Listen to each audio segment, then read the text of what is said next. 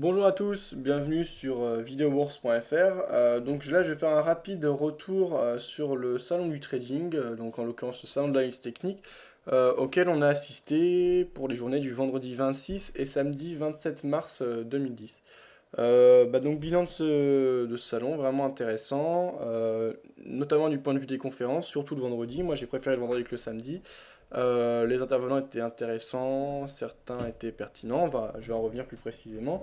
Également, ça a été l'occasion de rencontrer plusieurs membres du site, et également d'autres personnes, notamment qu'on avait rencontrées lors de webinaires, etc. C'était vraiment intéressant et en tout cas j'ai envie de m'intéresser à cet événement par la suite, pourquoi pas y participer, etc. On verra. Ça reste assez cher pour l'instant pour nous, pour être exposant en tout cas, ou des choses comme ça. Mais il y a peut-être des choses intéressantes à faire, bref, on verra. Concrètement, pour revenir sur ce salon, on va voir le programme des conférences. Planning des conférences. Alors, que je fasse pas de bêtises. Voilà, le 26 mars. Donc le vendredi 26 mars, à quoi on a assisté? Alors ça, moi je l'ai raté. Apparemment c'était intéressant, mais vraiment dédié aux débutants. Donc j'avais Didger du forum qui avait assisté, qui n'avait pas spécialement apprécié apparemment. Ensuite, on avait eu voilà, alors c'était Stéphane Soduteil, on y avait assisté avec Karim et Didger, il me semble aussi. Je ne sais plus, en tout cas avec Karim, ça c'est sûr. Analyse et étude d'une valeur, d'un titre ou d'un indice boursier. Alors ça, c'était vraiment super intéressant. Stéphane Soduteil est un très bon trader et qui a déjà fait ses preuves et qui n'a rien à prouver. Il a donné des conseils et il a réalisé des analyses avec des indicateurs techniques simples. Il a également précisé qu'il ne fallait pas plus de 8 lignes sur un graphique pour ne pas perdre de sa pertinence. En gros, j'espère ne pas déformer ses propos, mais j'ai cru comprendre ça. Je ne vais pas entrer précisément dans les détails de ce qu'il a dit. Ça restait assez basique, c'était du suivi de tendance, donc de l'entrée sur cassure de trendline ou la tentative de prise de position en cas de rebond dans le sens de la tendance. C'était avec des moyennes mobiles également. C'était vraiment simple, mais très intéressant. C'était de l'analyse technique vraiment pure et dure. Également, il conseillait d'ouvrir un maximum de graphiques et donc d'étudier un maximum de produits différents, que ce soit des valeurs, donc à travers les CFD, ça peut être des actions ou des indices boursiers, aussi bien des paires de devises, etc. C'était de l'analyse technique simple, intéressante. Il n'a pas assisté sur les points de sortie ni le money management, mais au niveau des points d'entrée, c'était vraiment intéressant. C'était une des meilleures conférences. Ensuite, Studio BFM, ça j'ai pas regardé. Tamika Badge, l'art d'être contrariant. C'était une très bonne analyse également, donc on avait commencé fort, puisque suite à Stéphane Soluteil, on a vu donc, comment repérer des mouvements explosifs sur les marchés en tirant profit des erreurs récurrentes, des groupes et des pensées dominantes. Oui, donc en gros, ça allait tout à fait dans le discours tenu dans le livre L'art. Non, pardon, donc oui, l'art du trading sans doute, mais je ne l'ai pas lu. La psychologie des grands traders que j'ai lu. Je vous invite à lire ce livre. En gros, qu'est-ce qu'il disait? Eh bien, par exemple, il présentait les différents pièges qu'on rencontre quand on est trader débutant, ou même un peu plus expérimenté, hein, même des fois les traders très expérimentés s'exposent à ce type de problème. Par exemple, ne pas accepter la perte et s'entêter dans une position alors qu'on voit bien qu'elle va pas dans notre sens, plutôt que de prendre notre stop loss ou alors d'accepter de prendre notre perte en manuel, eh bien on va avoir tendance à moyenner à la baisse ou alors ensuite à augmenter son exposition, etc. Donc lui, il a vraiment insisté sur le fait d'être contrariant, contrariant envers soi-même et contrariant envers les idées dominantes. Là encore, je ne vais pas former les propos, mais en gros, l'idée c'était qu'il fallait vraiment s'imposer une discipline très rigoureuse, aussi bien en termes d'analyse technique quand il s'agit de fixer ses points d'entrée, qu'en termes de money management, de gestion des points de sortie, etc. Très intéressant, voilà. De toute façon, c'est un intervenant de qualité, il y a plus de... Il a écrit des livres, je pense qu'il est reconnu, il n'y a pas grand-chose à redire là-dessus.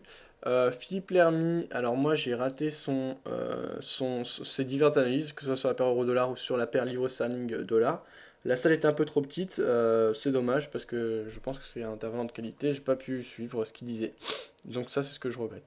Dans le cinéma, il y a Jean-Luc Cussac qui a fait une petite conférence. Alors Jean-Luc Cussac c'est quand même quelqu'un qui est connu, hein, il est tous les jours sur BFM, je crois. Moi, j'aurais bien aimé peut-être assister à cette conférence. Je le connais assez mal, mais il y avait plusieurs traders qui étaient avec moi et plusieurs membres du site qui étaient avec moi qui connaissaient bien, notamment Commu, voilà, qui connaissait assez bien Jean-Louis Cussac. Moi, je connaissais pas, donc vu que j'ai pas assisté à la conférence, je peux pas juger, mais apparemment, c'était intéressant. Ensuite, oui, donc au Théâtre Cardin, il y a eu John Person qui a fait une conférence tout à fait intéressante. Nous, on y a assisté avec Karim. Non, Karim n'était pas là justement. Il y avait Commu, il y avait Xu et Johan, donc du forum toujours. On était souvent tous ensemble, donc c'était intéressant. C'était. Alors, c'est pas celle-ci. Là, je vous dis des bêtises. Ça, c'était celle de vendredi. Mais c'est toujours John Person qui nous a parlé des moyennes mobiles. Et donc, comment utiliser de manière simple les moyennes mobiles dans le cadre d'un trading. Dans le cadre de l'analyse technique pour fixer des points très simples, points d'entrée et de sortie simples, pour repérer et donc ne pas jouer simplement le franchissement ou les rebonds sur les moyennes mobiles, mais également d'autres petites astuces comme les types de franchissement des moyennes mobiles, etc. C'était vraiment intéressant. C'était en anglais, la traduction était pas top des fois. Bon, je blâme en aucun cas le traducteur, hein, c'est un métier vachement dur. Mais ça restait intéressant, donc c'était encore une bonne analyse. Stéphane Soluteil, comment développer des moments de conviction technique et les convertir en stratégie. Ça, je ne l'ai pas suivi, par contre. Pourquoi? Bah, je sais plus, on devait être... je sais pas, on a dû manger ou quelque chose comme ça. Philippe Lermy, là, j'avais voulu y assister. Après, j'avais vu que c'était vraiment FXM qui sponsorisait le truc. Finalement, j'avais pas suivi, donc on n'est pas allé. On a assisté plutôt à la table ronde, et voilà donc la table ronde qui était vraiment intéressante. Il y avait entre autres, donc vous voyez, Mostafa Balkayat, Stéphane Soduteil, Tammy Kabadj, Philippe Lermy et André Malpel. Il y avait Roland Laskin qui présentait, et donc c'était intéressant. Il y a eu divers débats, on n'est pas non plus rentré en profondeur, hein. Quand chacun s'exprime quelques minutes, on peut pas aller très loin. Mais ça confrontait les idées, c'était intéressant, c'était des intervenants de qualité. Voilà ce que je peux dire là-dessus. Ensuite, qu'est-ce qu'on a eu à la analyse de la livre sterling contre l'euro, ça j'aurais vraiment voulu y assister, puisque c'était la livre sterling face à l'euro. Je suis pas, j'ai des positions dessus. Je suis pas directement concerné, puisque moi je suis plutôt exposé sur la livre sterling face au dollar, mais ça aurait été vraiment intéressant. Je peux plus y assister, c'était dans le forum AT, c'est la salle la plus petite. Voilà. Ensuite, David Biocchi apparemment était intéressant, je n'y ai pas assisté, je vais pas commenter. Bon, ça pareil, c'était animé par un broker, il me semble.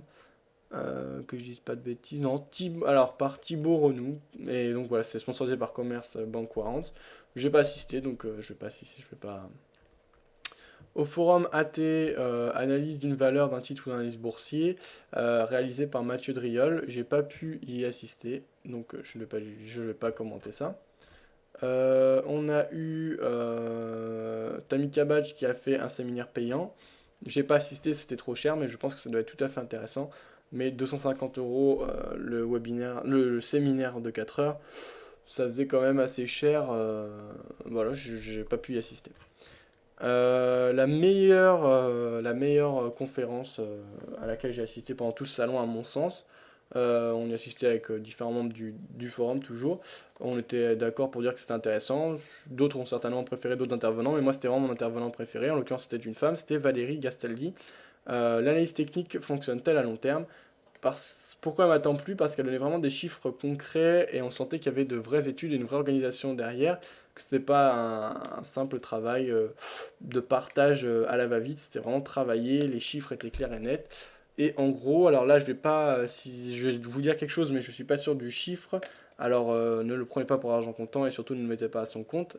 Si je me suis trompé, veuillez m'en excuser. Je ne veux pas déformer ses propos. Elle disait que sur une période d'études de 30 ans, en gros, seuls 0,6% d'après une étude des hedge funds avaient surperformé les marchés, donc l'évolution normale des indices. Donc c'est assez surprenant. Après, on sait que la plupart des traders perdent de l'argent. Mais quand on sait les moyens et les capacités qu'ont les traders employés par les hedge funds, on se dit bien que nous, en tant que traders particuliers, le moindre manque de discipline sera vite sanctionné, hein. Il n'y a pas de secret. En tout cas, c'était très intéressant, très critique par rapport à l'analyse technique, à la fois à la fin pour